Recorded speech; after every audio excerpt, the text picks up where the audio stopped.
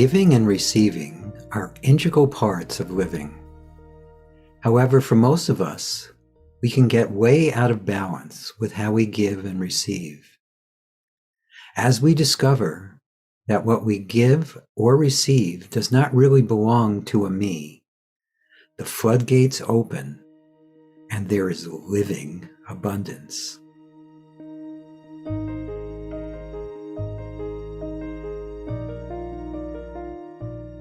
Welcome to Letting Go and the Greatest Secret, where we explore the end of your suffering and the beginning of lasting happiness. I'm Hale Dwoskin. Normally, a featured guest joins me for a conversation to share insights into living a life of deep joy and unshakable peace. Every now and then, it's just you and me, and today is one of those episodes.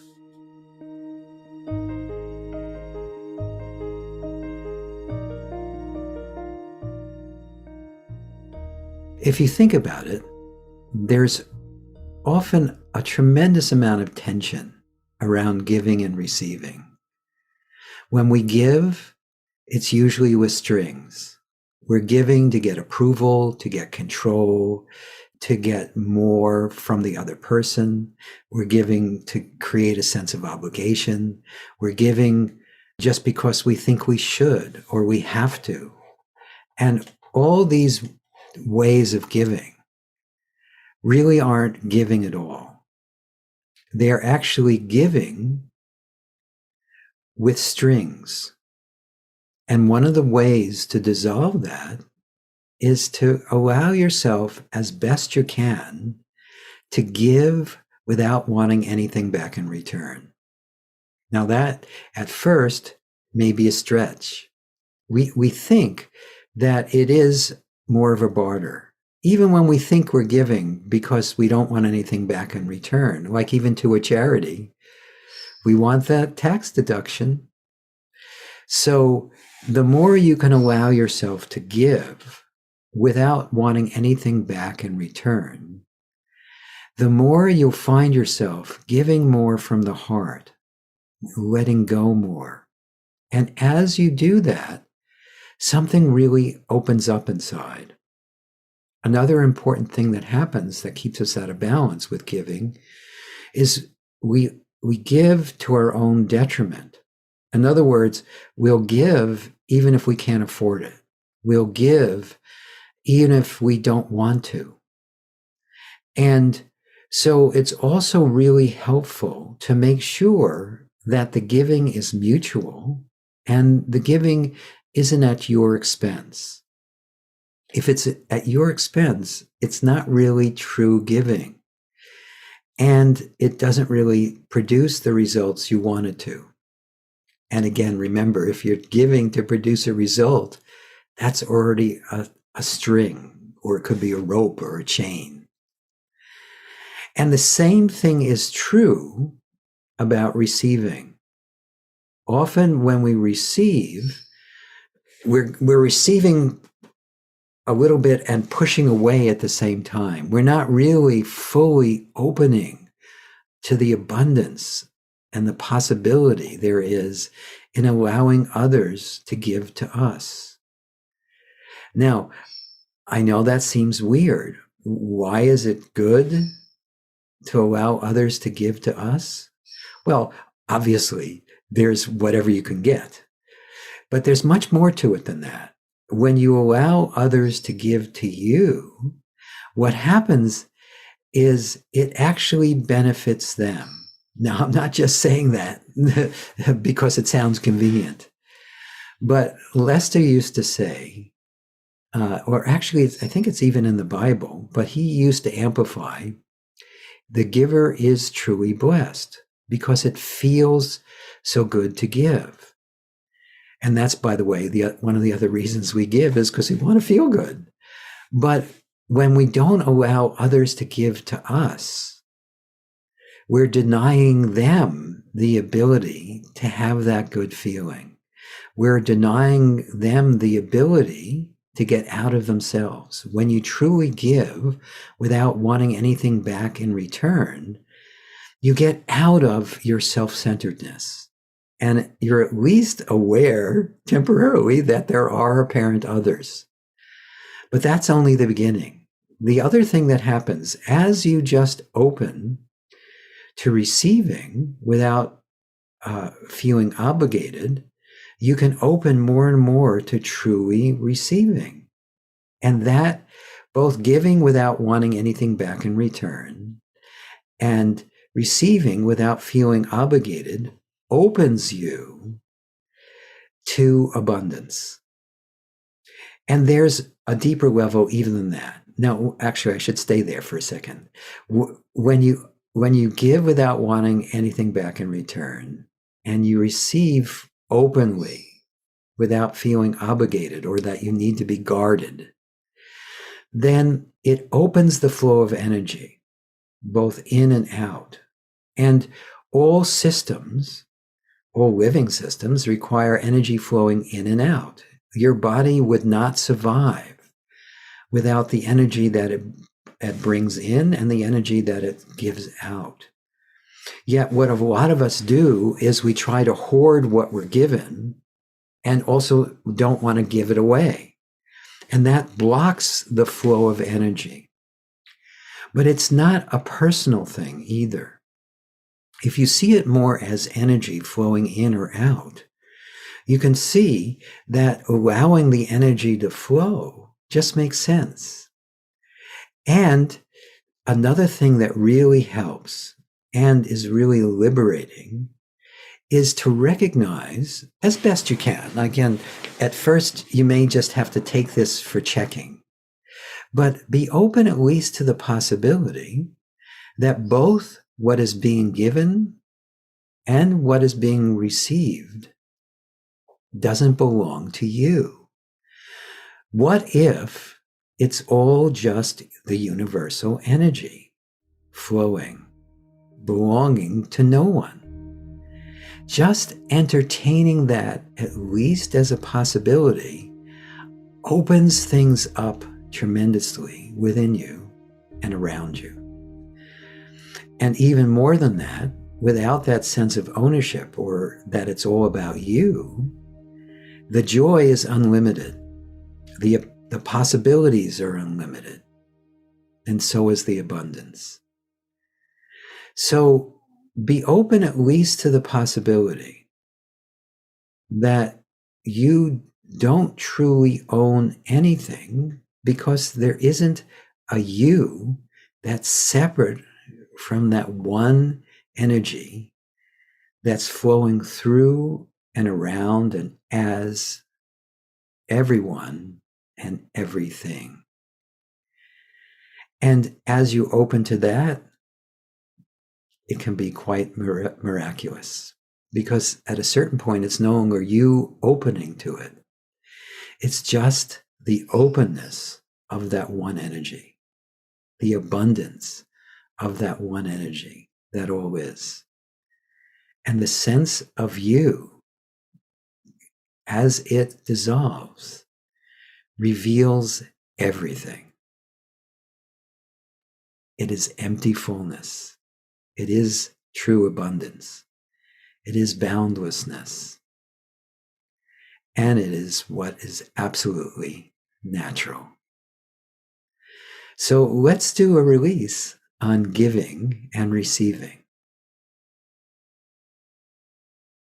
So could you just simply pause or stop and notice what is? And or just simply be and be and be. And could you open at least to the possibility that this, whatever is apparently happening, is already wholeness, is already abundance, is already boundlessness, is already freedom. And then allow yourself to focus on either giving or receiving Feel into your experience and see if either one feels cut off. And could you just simply welcome or allow whatever that brings up inside of you? Could you just let it be here?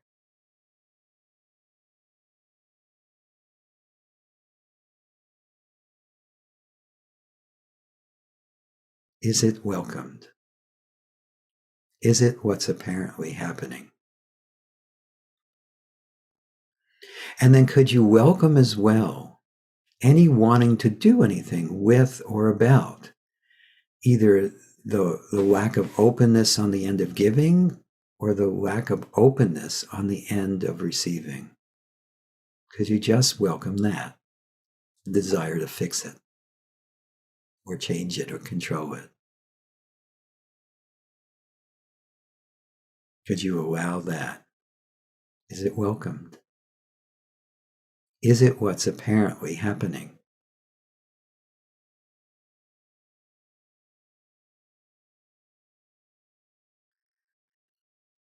And then could you welcome any sense of a personal center, any sense of I, me, or mine?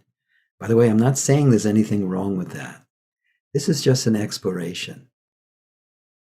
And I'm not saying you have to get rid of it. It's not something you can get rid of. But could you just welcome or allow it or be present with it?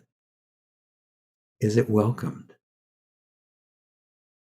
Is it what's apparently happening?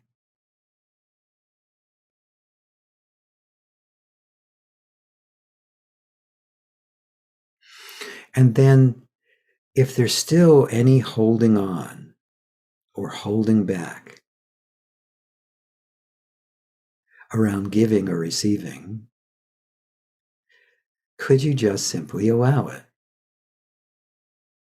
And then as best you can, just for now, could you let that go? Just could you? Would you? When? And then could you be open to the abundance that is the natural flow? Could you be open at least to the possibility that this one boundless energy that all is doesn't belong to you?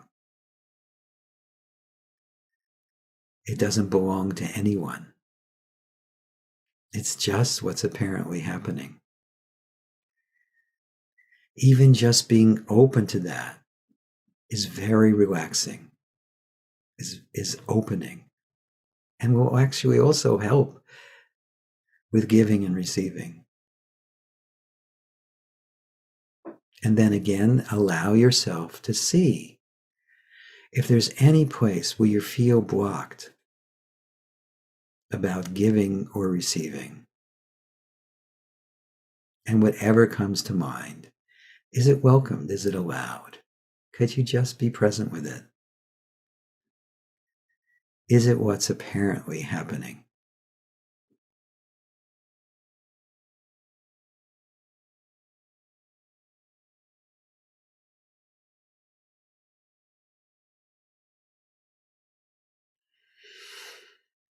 And check to see if there's any wanting to fix it or change it or control it or understand it or do anything with or about it. We're constantly tinkering with our experience because we don't know anything else. We think we need to. So could you just simply welcome that? Allow it. Be present with it. Is it welcomed? Is it what's apparently happening?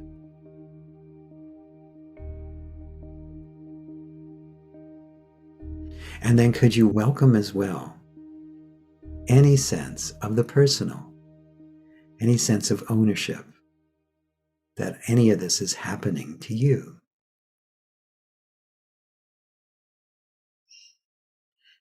Is that allowed or welcomed? Is that what's apparently happening?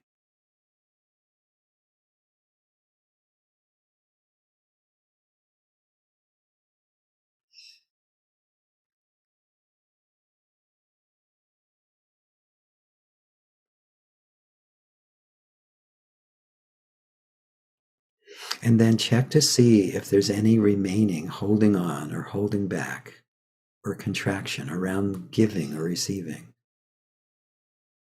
And if there is, could you just welcome or allow it? And then, as best you can, just for now, could you let it go? Just could you? Would you? When?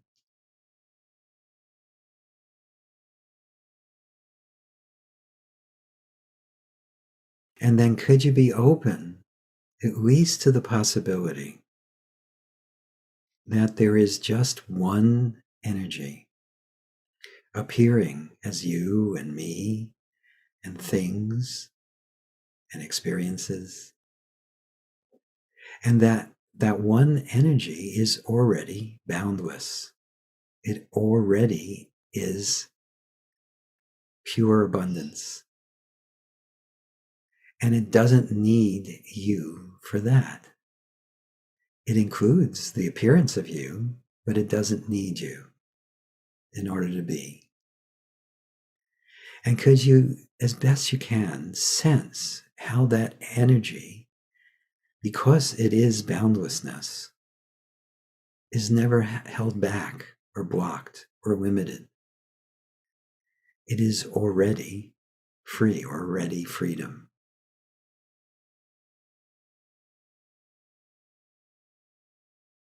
Could you be open at least to the possibility that that is already what's apparently happening?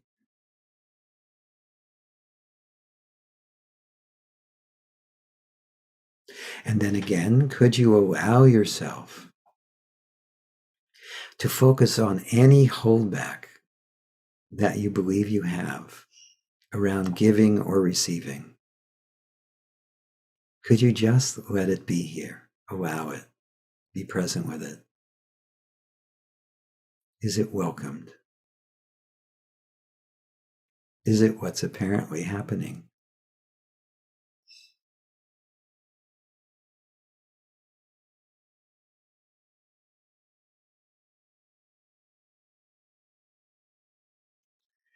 And could you welcome as well any wanting to do anything with or about it, including push it away or hold it close? Could you welcome any sense of wanting to control it?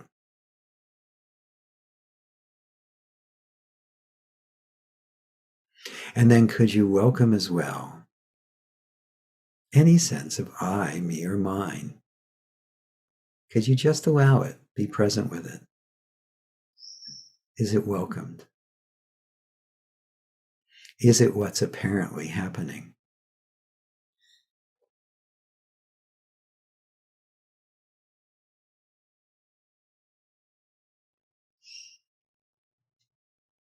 And then if there's any holding on or holding back or contraction left around giving or receiving, could you just welcome or allow it?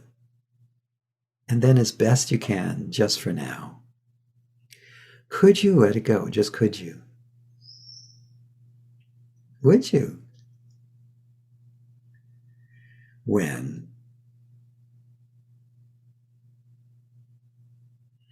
And then notice that boundless energy that is already, that includes giving and receiving, having or not having, being, doing, all that appears. And what if that, because it is boundless, is already pure abundance, is already what's natural, is already free or freedom? And again, just be open to this, at least as a possibility. Just being open to it as a possibility feels wonderful. And that's enough. Allowing yourself to be open to this possibility helps just clear the runway and open things. And it's enough. So I highly encourage you to watch or listen to this again, maybe a few times. And also remember, do your best to give without wanting anything back in return, and receive without feeling bound up or obligated. Just do your best to allow energy to flow in and out of that body-mind mechanism with ease and grace and naturalness. Thanks for listening or watching.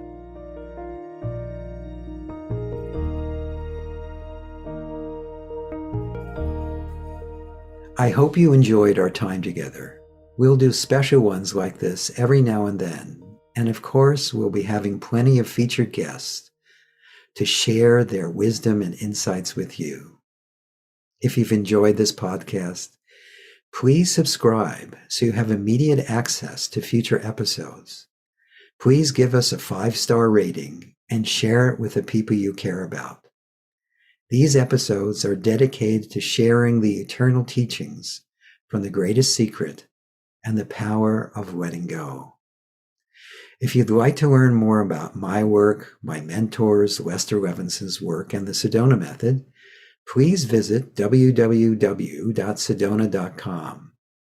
As you explore our site, you'll learn the key to lasting happiness, peace, success, and emotional well-being. We have books, courses, events, and plenty of free material to explore. Again, go to sedona.com. That's SEDONA.com. Thank you for being here, and we'll catch you in the next episode of Letting Go and the Greatest Secret.